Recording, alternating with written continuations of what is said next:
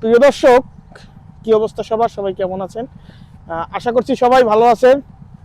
তো এতদিন অনেকগুলো আমাদের আনন্দের ভিডিও দেখতে পাচ্ছে, মানে আপনারা দেখছিলেন, কিন্তু আজকে আমি আপনাদেরকে দেখাবো আনন্দের মাঝে এক প্রকার কষ্টের ভিডিও। মানে দেখতে খুবই সুন্দর, কিন্তু এর পিছনে আছে অনেক মানুষের ঘাম ঝরা পরিশ্রম। আমার সাথে আছেন লিটন ভাই। আজকে অনেকদিন পর আমরা আবার এসছি। লিটন ভাই, আপনি কেমন আছেন? জি, ভালো আছি। ভাই আজকে আমরা তো একটি মানে দেখতে সুন্দর, কিন্তু এই সৌন্দর্যের ভিতরে লুকিয়ে আছে অনেক কষ্ট। এই বিষয়ে যদি আপনি কিছু বলতেন এবং আমরা যদি আপনাদেরকে দেখাই বিষয়টা। আসলে প্রত্যেকটা সেক্টরই মানুষের শ্রম মেধা ছাড়া কোনো সেক্টরই সফল হয় না। তো এই সেক্টরটা একটু বেশি পরিশ্রম। সেক্ষেত্রে এই যারা শ্রমিক যারা কাজ করে তাদের একটু পরিশ্রমটা বেশি। মাটি থেকে ইট পাকা করে বের করা এটা আসলে একটা বিশাল পরিশ্রমের কাজ। তো আসলে খারাপও লাগে আবার ভালোও লাগে যে এই পরিশ্রমী মানুষগুলো আসলেই অনেক ভালো। এদের এবারে যদি আমি যদি আপনাদেরকে দেখাই, যদি এই দেখতে পাচ্ছেন, এই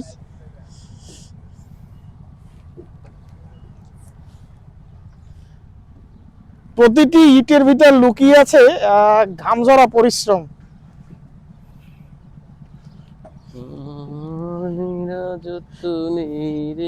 লিটন ভাই, এই যে এতগুলো ইট, হ্যাঁ, প্রতি ইট প্রতি একজন শ্রমিকের আপনার মজুরি আসে কিরকম?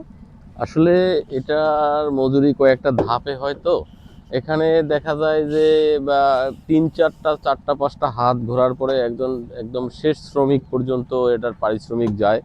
আসলে ওইভাবে টাকায় কনভার্ট করলে আসলে এটা কমই হয়, কিন্তু শুরুতে প্রাথমিক পর্যায়ে যেটা থাকে সেটা আসলে বেশি হয়। কিন্তু এটা তিন চারটা হাত যখন ঘোরে তখন এটা আসলে পারিশ্রমিকটা গিয়ে একটু আসলে ছোট জায়গায় দাঁড়ায়, মানে কম হয় যেটা আর কি। তবে যাই বলেন আর তাই বলেন ভাই, তবে এই কষ্ট কিন্তু পরিবারের মুখে হাসি ফোটানোর কষ্ট। তা তো অবশ্যই, কারণ প্রত্যেকটা মানুষই যত জীবনে লাইফে যত পরিশ্রম করে সবটাই হচ্ছে তার পরিবার, নিজে বাঁচার জন্য, পরিবার বাঁচানোর জন্য, খাওয়ার জন্য, থাকার জন্য, ভালো রাখার জন্য সবাইকে।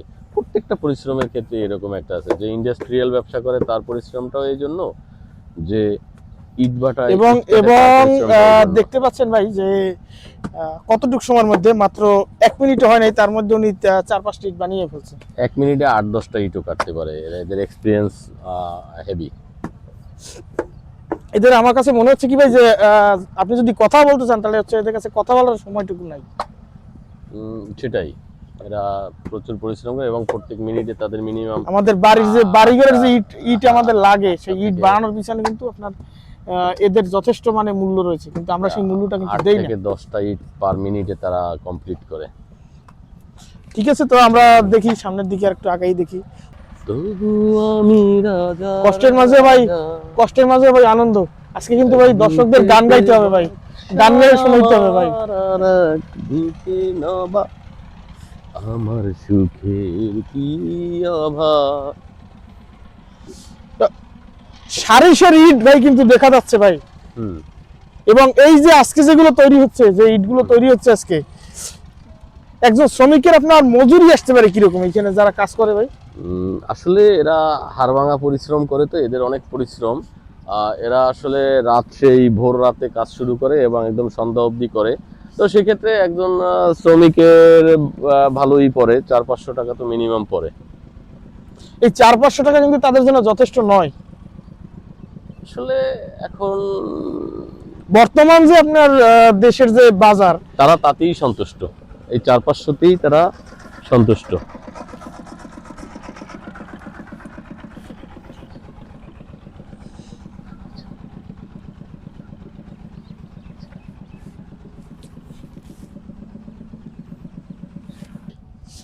প্রিয় দর্শক, আমি এখন কথা বলছি এইখানে ইটভাটার একজন শ্রমিকের সাথে।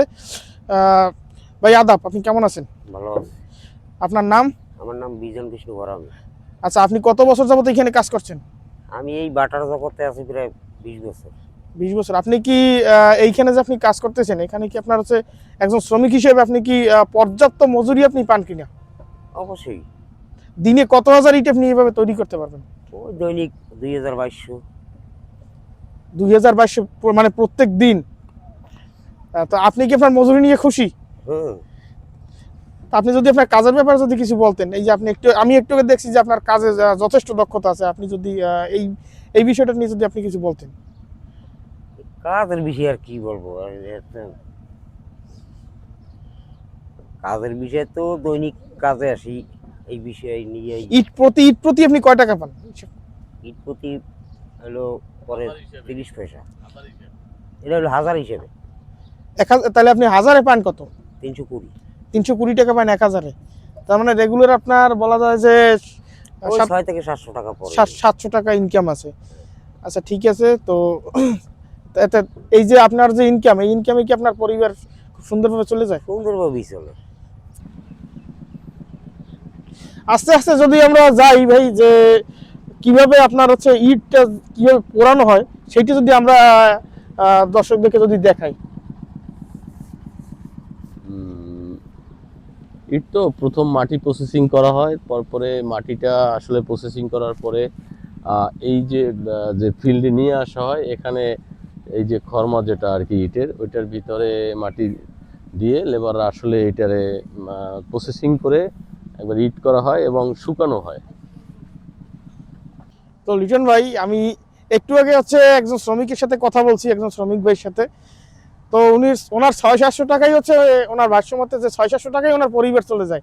কিন্তু আমাদের লাখ টাকা ইনকাম হইলে ভাই পরিবার চলে না ভাই। আসলে যার যেরকম চাহিদা, তারা অল্পতেই সন্তুষ্ট, তাদের অল্পতেই সুখ, তারা অল্পের ভিতরেই সুখ খুঁজে পায়, তারা তাতেই সন্তুষ্ট, যে যেরকম আর কি। মানে আসলে মানুষের চাহিদার কোনো শেষ নাই। আর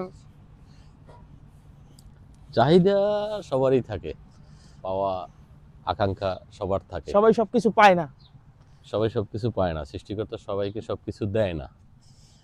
তো এইখান দিয়ে কি ভাই হচ্ছে আপনার ইট পোড়ানো হয়?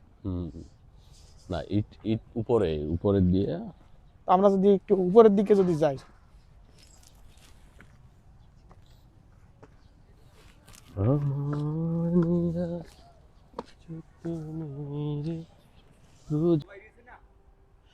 তো প্রিয় দর্শক, আমি এখন আসছি হচ্ছে যেখান দিয়ে মূলত হচ্ছে ইট পোড়ানো হয়, আমি হচ্ছে এখন সেই জায়গাটায় দাঁড়িয়েছি।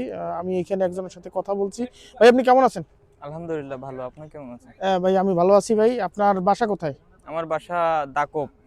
দাকব তো আপনার খুলনাতে? দাকব খুলনা। আচ্ছা, আপনি এইখানে কাজ করছেন কত বছর? এখানে প্রথম, ফার্স্ট টাইম। এই প্রথমবার আপনি এই এসেছেন কাজ প্রথম, করতে? হ্যাঁ। আচ্ছা, এইখানে ইট পোড়ানোর যে সিস্টেমটা, এটা যদি আপনি একটু বলতেন যে কিভাবে পোড়ানো হয়। এটা মনে করেন যে সর্বপ্রথম হচ্ছে ডাম্পার আছে আমাদের, ডাম্পার থেকে আগুনটা নেওয়া হয়, কাঠ মারা কয়লা হয়। কয়লা হ্যাঁ, কয়লা।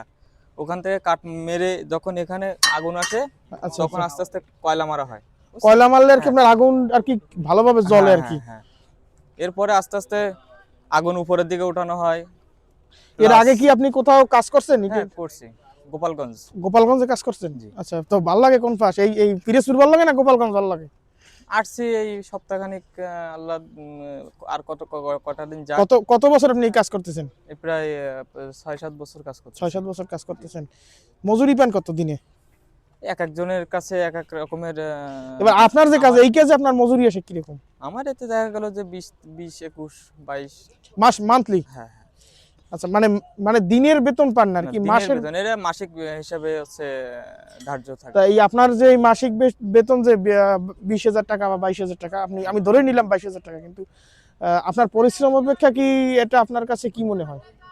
পরিশ্রম অপেক্ষা ঠিক আছে, কারণ যে কাজের যে মূল্য, যে সম্মান, সেটা ঠিক আছে। কারণ বর্তমান সময় হিসেবে আস্তে আস্তে আস্তে আস্তে তো সময়ের সাথে- সবকিছু বর্তমান হ্যাঁ। বাজারে জিনিসপত্রের দাম অনেক বেশি। তারপরেও দেখা গেল যে এখনো মনে করেন যে যারা মাথায় থাকে, তাদের একটা ডিমান্ড থাকে আলাদা। কথা বুঝেন, বুঝতে পারছেন? আমরা দেখা গেল যে নিজেদের ভিতরে দেখা গেল যে আন্ডারস্ট্যান্ডিং করে চলাফেরা করি, কারণ এখানে করলেও করতে হবে, অন্য জায়গায় করলেও করতে হবে। ঠিক আছে?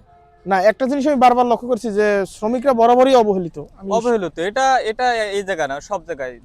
তারপরেও কিছু কিছু জায়গা আছে যেখানে শ্রমিকরা কাজের যথেষ্ট মূল্য পায় এবং তারা খুব ভালোভাবেই কাজ করে। আমার লাইফে আমার যেটুক বয়স, মন দিয়ে কাজ করলেও কখনো কোনো মালিকের কোনো মন জয় করা সম্ভব না। মন জয় করা কেউ করতে পারেনি আর পারবেও না। তা আমার একটা কথা থাকবে যে যারা দিনমজুরি কাজকাম করে তাদের জন্য ঠিক সম্মানটুক যেন তাদের অবহেলা না করা হয়, যে যেখান থেকেই কাজ করুক না কেন। তো আপনি একটা মূল্যবান কথা বলছেন যে আসলে মন জয় করা কারো পক্ষেই সম্ভব না। সম্ভব না। যে কারেন্ট কি চলে আসছে? হ্যাঁ, এটা তো কারেন্টে আসে চলে। না, এখন মেশিন চালানো হয়েছে। জেনারেটর? না, মেশিন, ডিজেল। আচ্ছা আচ্ছা, ডিজেল। ওই জেনারেটরে কি আমরা ধরতে পারি? এই যে এই মুখের মতন মানে এইখান দিয়ে আপনার কয়লা ঢালা হয়।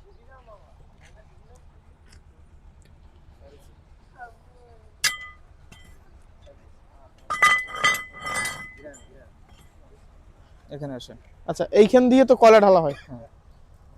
তো আগুনের ধাপের কাছে আমার ক্যামেরাও নিতে পারছি না। আমার এই বরাবর আসেন। ওতে তাপ নাই, ও হাওয়া টান দিছে তো। আচ্ছা আচ্ছা আচ্ছা। ও, আরে বাবা রে, দেখ চামচ দাও। কত সিস্টেম, কত কষ্ট।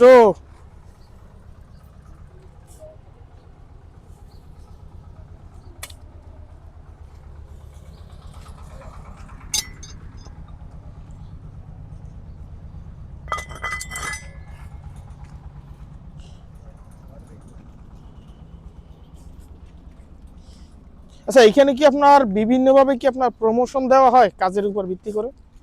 প্রমোশন মনে করেন যে আমি এই ডিউটির হেড ফায়ারম্যান। আচ্ছা আচ্ছা। এখন অপর ডিউটিতে দেখা গেল যে একজন আছে হেড ফায়ারম্যান, সে যদি চলে যায়, সে যদি দেখা গেল যে বাসায় যাওয়া ইমার্জেন্সি যেতে হবে, আবার সে চলে আসবে 2-1 এর ভিতরে, তখন একটা দেখা গেল যে আমার ডিউটিতে যদি সেকেন্ড ফায়ারম্যান থাকে বা ভালো কাজকাম করতে পারে, আচ্ছা আচ্ছা। তখন দেখা গেল সে আন্ডারস্ট্যান্ডিং ভাবে আমার এখানে চলে আসবে, আমি সেখানে আর কি ডিউটি করতে যেতে পারি। আপনি কি সততার সাথে আপনার কাজ করতে ইচ্ছুক? যতদিন মানুষের কাছে কাজ করছে, আমরা দৈনন্দিন জীবিকা নির্বাহ করি কাজ করে, সিজন ভাটা প্লাস সিজন পরে বাসা, তাহলে আমাদের কাজ করে খেতে হয়। আমাদের আহামরি দেখা গেল যে আব্বুর কোনো সম্পত্তি নাই, যারা দিনমজুরি করে অনেকের সম্পত্তি নাই, যে আব্বু যে ব্যবসা বাণিজ্য ধরাই দেবে বা টাকা পয়সা দিয়ে কোনো একটা কাজ চাকরি বাকরি ধরাই দেবে এমন কোনো ক্যাপাসিটি অনেকের নাই, সেহেতু আমাদের কাজ করতে হয়। হ্যাঁ। আচ্ছা, তো ধন্যবাদ আপনার মূল্যবান বক্তব্যের জন্য। আপনি খুবই সুন্দরভাবে উপস্থাপন করেছেন, মানে আপনাদের শ্রমিকদের যে জীবনের সাথে যে ব্যাপারটা আপনি খুব সুন্দরভাবে উপস্থাপন করছেন, এই জন্য আপনাকে অসংখ্য ধন্যবাদ। আপনাকেও অসংখ্য ধন্যবাদ। ভালো থাকবেন ভাই। আলহামদুলিল্লাহ। তো প্রিয় দর্শক, আজকের ভিডিও এই পর্যন্তই। তো ভাই, আজকে তো আমরা হচ্ছে এক প্রকার কষ্টের ভিডিওই বলা যায় করলাম, যেটা হচ্ছে অনেক কষ্ট করে একজন মানুষ হচ্ছে যে তার পরিবারের জন্য কতটা কষ্ট করতে পারে, সেটা আজকের হচ্ছে এই ভিডিওতেই আমরা ঠিকঠাকভাবে উপস্থাপন করেছি। তারপরেও হচ্ছে আমাদের ভিতরে কিছুটা ঘাটতি রয়ে গেছে উপস্থাপন করাতে। যাই হোক, আপনারা প্রিয় দর্শক, আপনারা সবাই ক্ষমা সুন্দর দৃষ্টিতে দেখবেন। তো ভাই, আপনি যদি এখন শেষ সময় এসে যদি আপনি কিছু বলতেন। আসলে শেষ সময় বলতে কাদা মাটি বা কাঁচা মাটি থেকে পাকা ইট, সেটা অনেক কষ্টের। তো আরো সেক্ষেত্রে এখন হচ্ছে আমি শীতকাল। সর্বপ্রথম ধন্যবাদ জানাই যারা এই শ্রমের সাথে জড়িত, যাদের এই শ্রমে কাদামাটি থেকে ইট হয়, সেই ইটে কংক্রিটের বাসাবাড়ি আমরা তৈরি করি, আমরা থাকি। আমি স্যালুট জানাই তাদেরকে যারা এই কাজটি করে। তারা এই কাজটি করে দেখেই আমরা আজকে অট্টালিকা ভবনের ভিতরে থাকতে পারতেছি, আমাদের পাকা বাড়ি হচ্ছে। আমরা তো আসলে ইট তৈরি করতে পারতাম না যদি এই শ্রমিকরা না করতো। তো শ্রমিকদেরকে স্যালুট জানাই। সবাই ভালো থাকুক, সব শ্রমিকরাই সুস্থ থাকুক, সব শ্রমিকরাই তাদের ন্যায্য অধিকার পাক, ন্যায্য অধিকার প্রতিষ্ঠা হোক, শ্রমের মূল্য পাক। সবাইকে ধন্যবাদ। দেখা হবে অন্য কোনো ভিডিওতে। ততক্ষণ সবাই ভালো থাকবেন, সুস্থ থাকবেন, নিরাপদে থাকবেন। ধন্যবাদ সকলকে। এবার বাড়ি ফেরার পালা। রিটন ভাই, আমরা কি বাড়ি যাবো না অন্য কোনো জায়গা যাবো? নতুন কোনো ভিডিও হবে। ওকে ভাই, কিন্তু একটু থাইল্যান্ডে যে স্পা নেওয়ার খুব ইচ্ছা। ভাই, স্পা নেবেন থাইল্যান্ডে? আমি থাইল্যান্ডে স্পা নিছি, এটা অস্বীকার করার কিছু নেই। একাধিকবার নিছি, অসুবিধা নাই। আপনারা গেলেও স্পা নেবেন, কেন নেবেন না? থাইল্যান্ড তো স্পার জন্য বিখ্যাত। ভাই, তাহলে কি এবার আপনি ইউরোপ যাবেন? ইচ্ছা আছে। তো ভাইয়ের জন্য সবাই দোয়া করবেন, ভাই যাতে ইউরোপ যাইতে পারে। ধন্যবাদ সকলকে, ভালো থাকবেন। এবার বাড়ি ফেরার পালা।